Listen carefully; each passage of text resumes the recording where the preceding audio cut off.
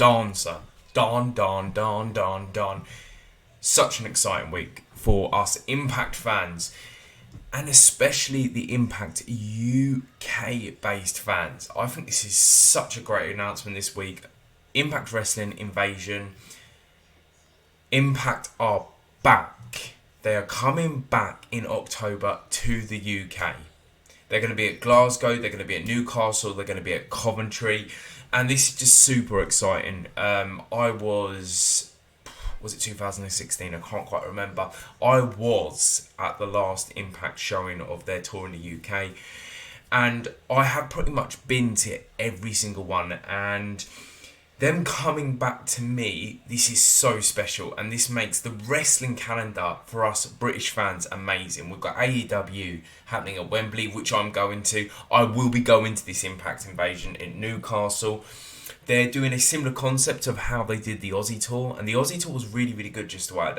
If no one's seen it, it's still $15.99 on Fight TV. I actually reviewed absolutely everything. It's on the YouTube channel. And they are coming to Newcastle Walkerdome. They'll be working with, I believe, The North, which is a great wrestling promotion in the north of England. Not where I'm from, but where I currently live with my family. And I'm about half an hour away from Newcastle, so I will be at that event. It is absolutely brilliant because they are bringing the gang. They are not just bringing a few people. They, according to my notes here and what they've said online, they will be bringing Shelley, the world champ. They'll be bringing Moose. They'll be bringing Edwards, Perazzo, Myers, probably one of my favourite wrestlers in the whole entire industry. They'll be bringing Kaz. ABC, Austin and Bay will be there. And Bay was on the UK scene for years, so it'll be like him coming back home. Joe Hendry, he's a Scot, so he's going to be there. And in the Glasgow events, guess who? Grado is going to be there as well, so that's exciting. So I'm hoping Grado is sort of like slivers down to Newcastle as well, because everybody loves a bit of Grado. I will imagine Subculture will be there as well. I'm pretty sure they will be, because they've been promoting this quite heavily the last couple of days.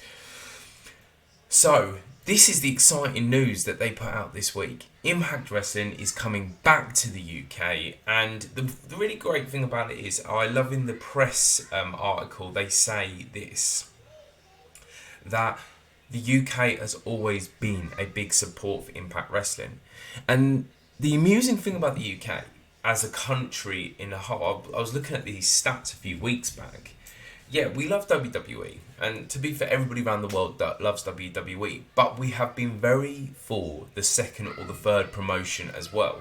So back in the 90s, the UK loved WCW. The early 2000s, we loved TNA. Okay, and we continue to love Impact, and we also are massive fans of AEW. So, because we have this great and amazing tradition of professional wrestling that the world has sort of picked up a lot later. So back in the day, New Japan Pro Wrestling and Japanese wrestling, their strong style element, everybody loved. Okay, and you see that a lot in general wrestling these days. And also British strong style wrestling and also our technical based wrestling was a major fan. The world became a major fan of working off talent such as Kid Dynamite, and later on Doug Williams was a legit Impact X Division champion. And I'm kind of hoping because Doug has recently just hung up his boots. I'm kind of hoping that somehow they can involve him on this tour. Now, what is more interesting about this, on Hitting the Turnbuckle podcast, Nick Aldis was currently interviewed, and he's basically said he's not under contract of Impact. And he's also going to be doing a kind of a territory moving thing around the industry. So I'm wondering, will we see maybe Nick Aldis at this event? Because he'll be coming home, and he'll be coming home with a big promotion, which he never managed to do, really, as the NWA champion. So yeah, this year is made up for us British wrestling fans, and I'm so excited. I will be at Newcastle. I'll sell my fucking soul, my French, to get to this Newcastle event. Okay, so the only way to make my year even better would be if NWA comes to the UK. which I think will eventually happen because we've seen NWA work in Australia and Mexico recently. So it might not happen this year, might happen next year, but I'll be there as well.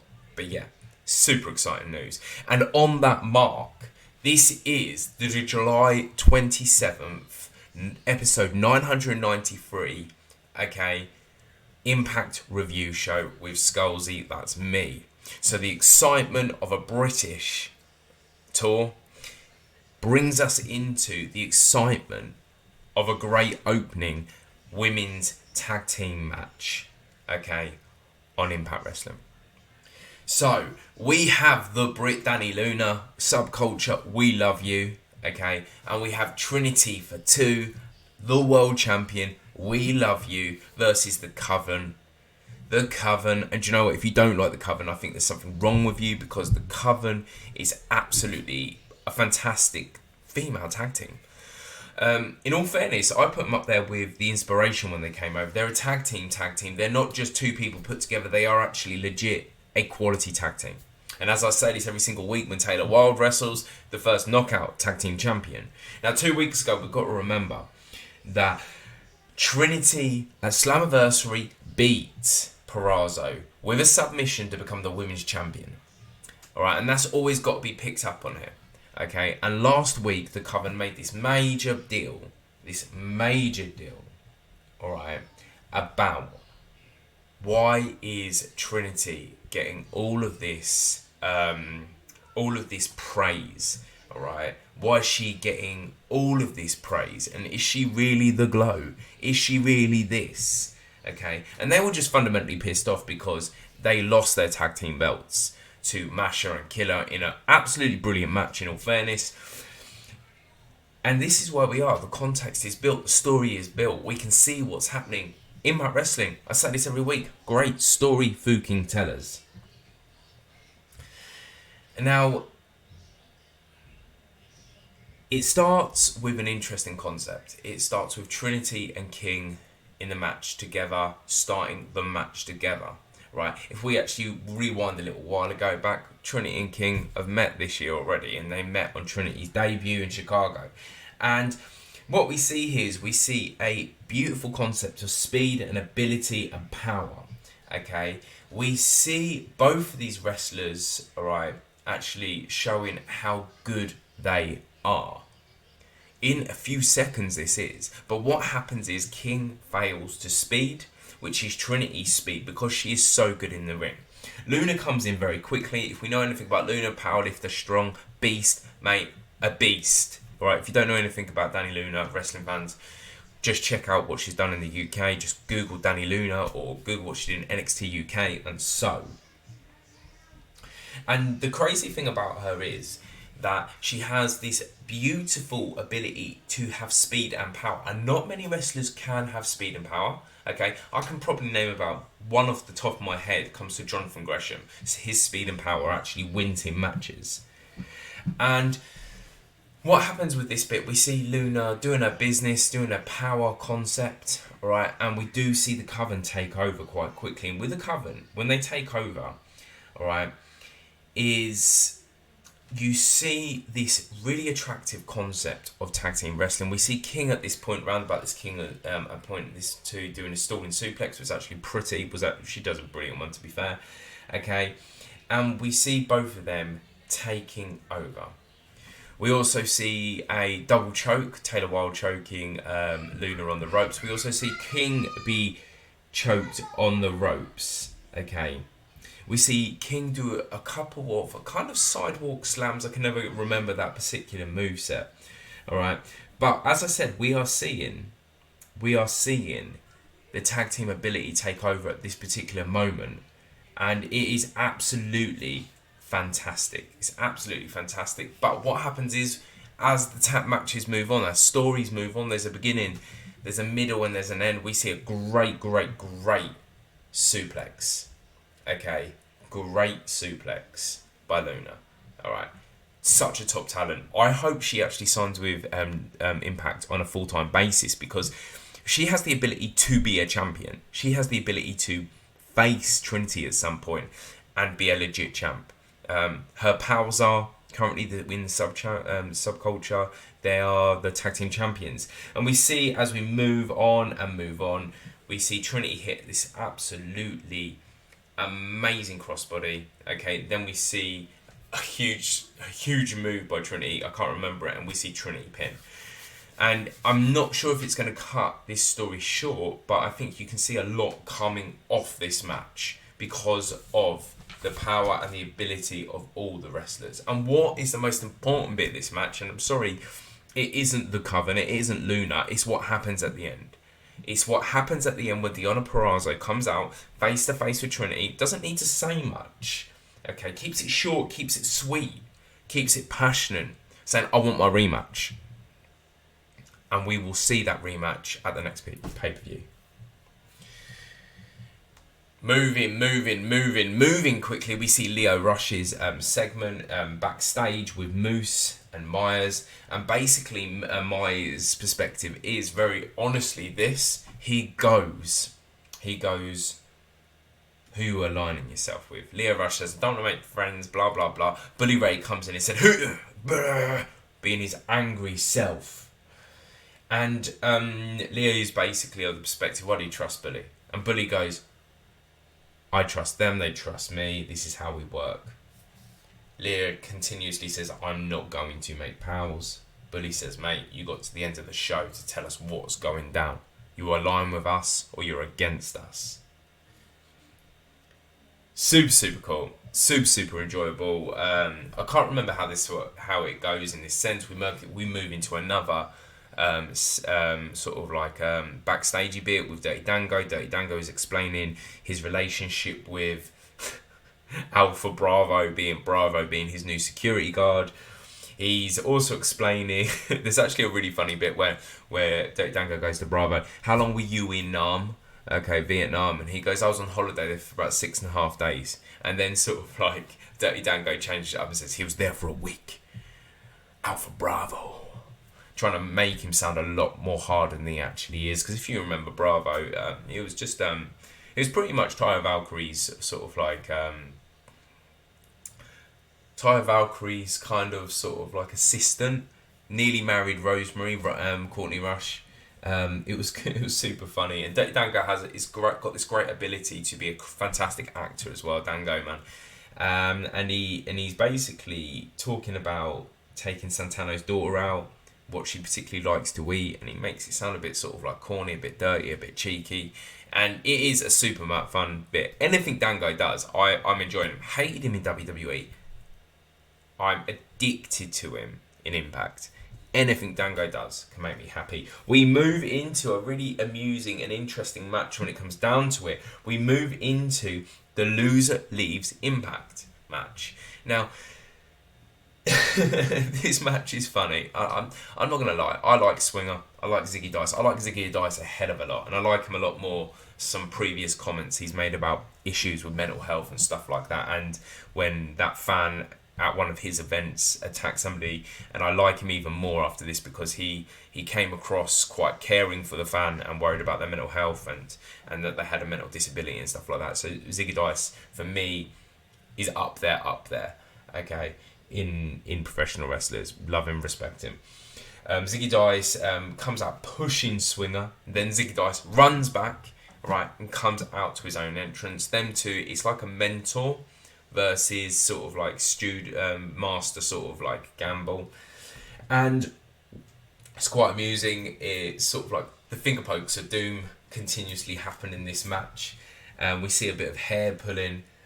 We see a slam by Ziggy, and Ziggy sort of, it's funny because I think they should have worked this a bit more, because Ziggy sort of goes, I love you, and it reminds me of Shawn Michaels versus Ric Flair when Shawn Michaels was retiring Ric Flair for the first time, because I think Ric Flair's been retired a couple of times, or he has, because he had that big event last year, which was actually brilliant. Still available on Fight TV.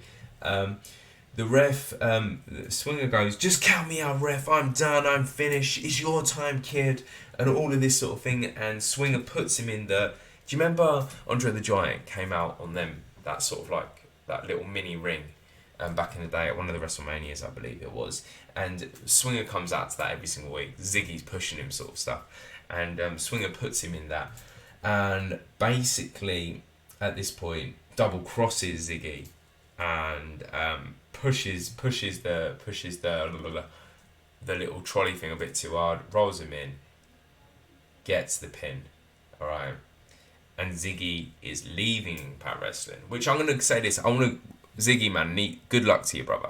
Whatever you're doing in the future, good luck. I want to see you on the big shows. I hope you return back to NWA maybe, or Major League Wrestling would suit you as well. I think Major League would be a great one for you, man.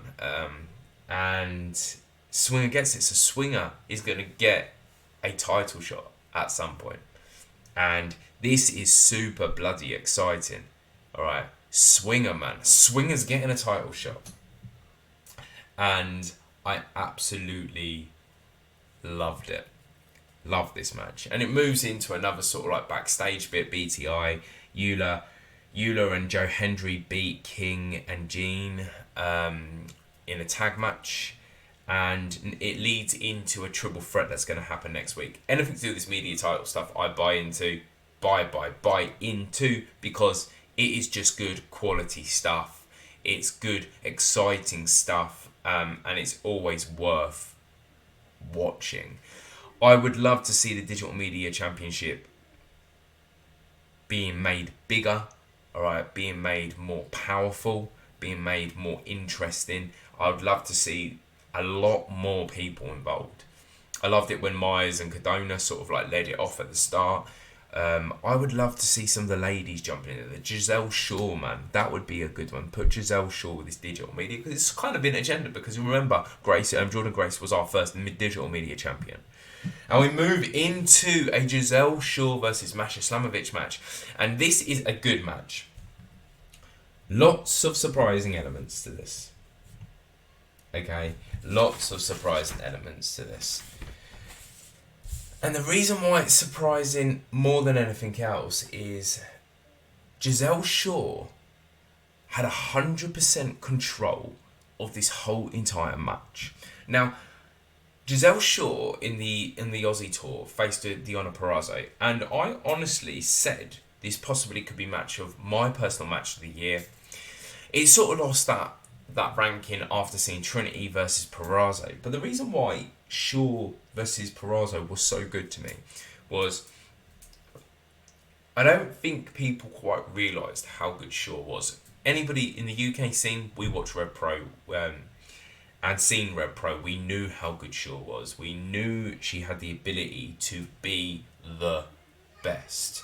And this is the great thing about this match and the great thing about the match against Deonna Purrazzo. Shaw went in, she went under some format of a learning tree, understands how to technical wrestle, understands how to break down wrestling matches, understands that her ability, all right, in the ring does not need to be based on cheating. And we saw this from the Purrazzo match. And this match is quite interesting because there's a bit of everything. There's a bit of storytelling, and there's also a bit of Giselle showing her little squad, her little team, Evans and Jadelle. And there's also a bit of her showing that she is a legit diva. Now the match is very interesting because it starts off with the technical ability where you see Shaw and you see Masha going in there. We have a middle bit of the match where the match is very much about hard hitting aggressiveness. Okay. And we also head towards the end of the match where we see Jadelle sort of like pretty much getting Shaw the win with a sort of like an off-putting moment that leads into Shaw getting the pin. Now, I just want to say this about this. Look, I'm going to be very honest. I'm not going to be here to lick arses or make things sound amazing. I don't think this needs to happen. I think Giselle Shaw has the ability to win these matches. I know look, man, I know people say you take it a bit seriously, but I am taking it seriously because I love Giselle Shaw. Giselle Shaw does not need this cheat to win ability to put her over. Giselle Shaw has the ability to be put over by what she can do in the ring and how she actually works her promos and stuff like that, because she has that concept. And I get what people say, well, maybe this is what she does need, but I don't think she does. I would have just had this match, a technical ability based match, okay, and see Giselle just whoop Masha's ass. Because when you beat either Killer Kelly or Masha Slamovich, in my perspective currently, you become a legit. And the reason why is because in the knockouts division currently, there is probably 4 people that can hit hard, have an amazing technical ability. I mean, Masha's snowplow, beautiful, okay, all right. And you are looking at the 4 people. You're looking at Trinity, speed, ability, okay. You're looking at Perazo, technical ability, all right. You are looking at Killer and Masha, hard hitters. And Shaw was very close to Perazo. She's just beating Masha, but she doesn't need this cheating stuff, all right. That's my perspective on it. And it's just my honest viewpoint that within professional wrestling, there are some wrestlers that do need that concept, that are more about the cheat to win and more about, okay, the promo led. But Giselle has everything currently, all right? And I don't think she needs it. Lose the cheat to win, okay? Just have her as an amazing, incredible, technical-based wrestler, okay, all right? And an amazing promo star. That's my rant. I think Giselle Shaw will be a world champion at some point. I think Giselle Shaw is a wrestler that can change the industry. I think she is up there with people like Perazo, Trinity, Masha, and Killer in the knockouts division. So this is just my perspective. I want to see her for who she is, okay? A technical based wrestler and a great promo artist. Now it moves on to another promo, and it's basically Tracy being Kaz's wife, the former sort of like legit original knockout, saying that she wants to beat the shite out of Alyssa Edwards, and Kaz says it's not worth it. It was kind of a bit pointless in a lot of ways, but I'm not sure if they're trying to roll up this storyline or they're trying to move forward with it. I'm not 100% sure. Wasn't convinced it was needed in the show, but it was what it was, and it is what it is. Okay, now it moves into the match that I was most excited for. And the reason why I was excited for it is because I'm going to say this. I go on about this Aussie tour, and if you haven't watched the Aussie tour, you haven't paid your 15 quid to watch this Aussie tour, alright? I mean, you won't know what I'm talking about. It's a bit like when the British Invasion tour comes on. It's going to be, 20 quid maybe over 3 days or something like that, and it'll be on Fight TV, surely, I believe. But this Aussie tour was really, really important for me for this year of Impact Wrestling, because it gave people like Shaw, it gave people like Moose and Myers this great concept of showing what they can do. And we all know Moose and Myers are high-level athletes. We know Moose and Myers have already made it in the industry. But as a tag team, we see something different. And versus the ABC, we saw Moose and Myers become, I think, a legit tag team that showed that they could win the tag team belts. They cut off that ring beautifully all the way through with it, held it on. And I was excited about this match because Time Splitters, Shelley and Kushida, and of course we know that when they're a trio, it's Time Machine with Chris Sabian. I mean, this is an Ultimate X contender winner and a world champ winner versus the two guys here that are big, powerful, and a beast mode. And we saw that at the beginning of the match. The beginning of the match was Moose. I love Moose. I really do love Moose. Always have, always will. Comes in hard hitting, kicks the living shite out of Kushida, and then fundamentally does the same with Shelley. But we see Kushida coming in. We see Kushida with his sort of like ability and his speed and his technical bias and his technical base. Where he comes in and he is trying to put lock after lock on Moose. He tries to put the hoverboard on there. He tries to also put, I think, an ankle or a leg lock or something along the lines. Fouls. Myers and Shelley both come in. But what happens at this point, we see, because of Time Splitters that have worked together a hell of a lot, and Time Machine have worked a hell of a lot, we see how they are working. So the lucky thing about Shelley is Kushida works very, very much like Sabian. So everything Sabian can do, Kushida can do as well. So Shelley has that element of moving from Sabian to Kushida, saving Kushida, and to being able to do pretty much everything the same thing. And at this point, we see Myers losing out quite a lot here, because I felt sorry for Myers a little bit, because I feel like Myers could have a bit more love in a lot of ways. And yes, I am a Myers fanboy. I am not going to fucking lie. Okay, love Myers. Okay, the time splitters were working on a lot of arm locks and stuff like that. And they were targeting his arms, trying to put him down, trying to get him down quickly here. There was some glimpses of the Aussie tour with Moose and that, where they cut off the ring and they were going hard hitting in. But fundamentally, what happens is, after we see this short time period of Moose and Myers do great work together, we see Shelley catches Myers with a 1-2-3 time splitters win, which disappointed me in a lot of ways. This match could have gone 10 more minutes for me, and I'd have loved it even more. And this could have gone 10 more minutes with Moose and Myers fundamentally losing, but we would have got more into the match. The match ends with Bully running out and beating everybody up. Josh Alexander comes out, beats everybody up. Leo comes in, does exactly the same. It looks like Leo will be working alongside Moose, Myers and Bully. And Chris Sabian is back. We see a beautiful super kick by Sabian, which he's known for. He's known for doing cracking super kicks on Leo Rush. So we're going to see this eventually. I think this is going to come to a pay-per-view at some point where they're all going to fight each other. But all in all, was solid stuff. So, yeah, we move into the Impact Plus moment. And the Impact Plus moment this week, I will mention, I won't generally mention this because it's pointless, but it was important because it shows when Eric Young versus Aldis 2014, when Young won the world title with a power driver. And I remember watching that, and I'm not going to lie, I was a bit disappointed because I'm an Aldis fan, I'm a Brit. Do you know what I mean? The reason why I watched NWA originally was because of Aldis. So it was a great reminder for them what was going to happen in the main event.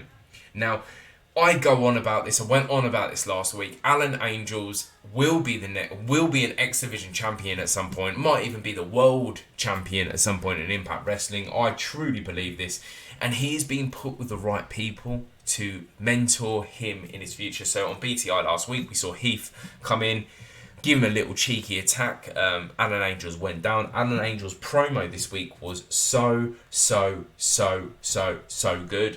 Basically saying he thinks he's a rock star, but I'm the true rock star. Okay, all right. And I'm so happy Alan's getting this push. I always felt, I'm not going to lie, I'm going to be dead honest with you, in AEW, I felt that putting him in the Dark Order with such a big group at the time period, he was always going to be forgotten about. I know he probably loved the Dark Order time period. He was young. I mean, he must have been, 22, 21, 22. I believe he's only 25 now. And when he went to the design with Dina and Kong and stuff like that, I fundamentally thought he was going to be sort of forgotten about in this group. But what they've done is they've taken him out of this group and they're making him his own, which is so important. He's 25. I didn't realise how young he was. And I am such a fan. I'm hoping he's at the Impact Invasion UK tour because I think it'd be great for that as well. Now, another group of wrestlers that I enjoy and have enjoyed for a long old while is being the Rascals. And last week we saw the Rascals just messing everybody's life up. And that was the point of the Rascals. The Rascals are cheeky, little bloody gits. Okay, and they were doing teenage bullying tactics to Speedball Bailey. And do you know what? Out of everybody, Bailey's probably looks like the nicest wrestler. Okay, so trying to start on Bailey was a bit surprising. It was a bit interesting, but that's what bullies do, and that's their kind of tactics. They're teenage bullies. And it moves into this next match, which was a very good match, actually. Was a very good match. Okay, we saw Speedball versus Zachary Wentz, and do you know what? I talk about Wentz quite a lot because I love him. I love Wentz. I think he is the new Alex Shelley. I think Wentz, out of the whole entire Rascal group, is the most talented. Even though Trey Miguel and Marlon Reed are absolutely incredible, and flipping Wes over in NXT, WWE is absolutely incredible. But I think Zachary has something on everybody else. I think he has this factor of living the gimmick, looking like the gimmick, and acting like the gimmick. All right. Also has this concept of great wrestling ability. We saw a Wrestle Revolver event quite recently versus Alex Shelley, which Alex Shelley did fundamentally win it, but Wentz went with him all the way. Wentz went with him all the way and went with him well. Now, Speedball, we don't need to talk about Speedball because we know how good Speedball is, but this match was great. It was speed after speed, it was fast. The beginning concept of it was very equal. Bailey, at some point very on, gets tripped by Trey, and it is the naughty game that the Rascals play. We see Wentz take major control, but we see Bailey come back with a considerable amount of insane kicks, okay? And it is really, really nice, and it ends with a beautiful shooting star press. You can't beat a standard shooting star press, I don't think, at all. And again, it moves back into a kick fest, and we see Trey... we see Wentz nearly get pinned. We see Trey put Wentz's leg on the rope. Naughty, cheeky stuff by the Rascals. It's their storyline. It's their sort of gimmick. We see this absolutely incredible pump kick into a crazy, talented moonsault. But at this point, this happens outside of the ring at this point, and we see at this point that sort of like Bailey's getting a bit pissed with Trey. So Trey and Bailey go face to face. Okay, and Trey's like, I ain't gonna do nothing, son. I ain't gonna do nothing. Don't worry about that. I ain't doing nothing. And then what we see Zachary Wentz move it upon that, take advantage of that moment, does a massive, cracking, cheeky little slam. Okay, a cheeky little slam onto the apron. Boom, down. And around about this point as well, the referee makes a decision to get rid of Trey Miguel out the ring. But what happens at this point, Zachary has the spray